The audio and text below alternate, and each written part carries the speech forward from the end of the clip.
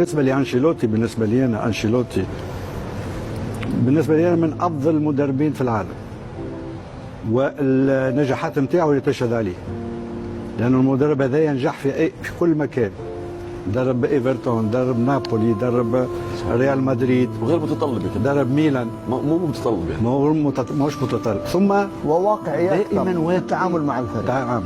اليوم اكتشفنا فالفيردي مع مين؟ مع انشيلوتي. رودريجو احسن ايامه مع انشيلوتي.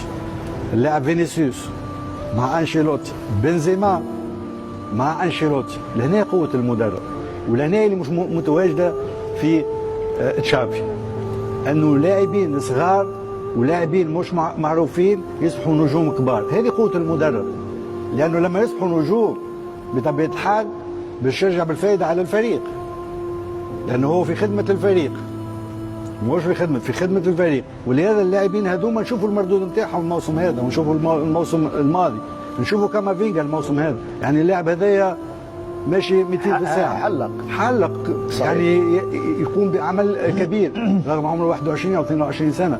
ولهذا بالنسبه لي انا المدرب كبير. لماذا جوارديولا مدرب كبير؟ لانه يجيو لاعبين عاديين يصبحوا نجوم. فيرجسون في وقت ما لاعبين عاديين يصبحوا نجوم. صحيح. هذه قوه المدرب. نعم. مش نعطيك لاعب ما يتحسنش معك، بالعكس يزيد يتراجع مستواه. لما اللاعب يصبح نجم بطبيعه الحال الفريق يستفاد، وهذه قوه. ثم بيلينغهام، شوف بيلينغهام معناتها توظيف بيلينغهام اليوم ربح الفريق في 150 مليون يورو. صحيح. المدرب انشيلوتي لماذا؟ لانه لما انتدبوا بيلينغهام مش يلعب وسط ميدان، اليوم يلعب 9 و10. يعني انت مش في حاجه باش تنتدب لاعب ب 150 مليون يورو، صح ولا لا؟ صحيح. نشوفه هو هداف الفريق وهو صانع العاب الفريق. لان نشوفوا قوه المدرب انشيلوتي.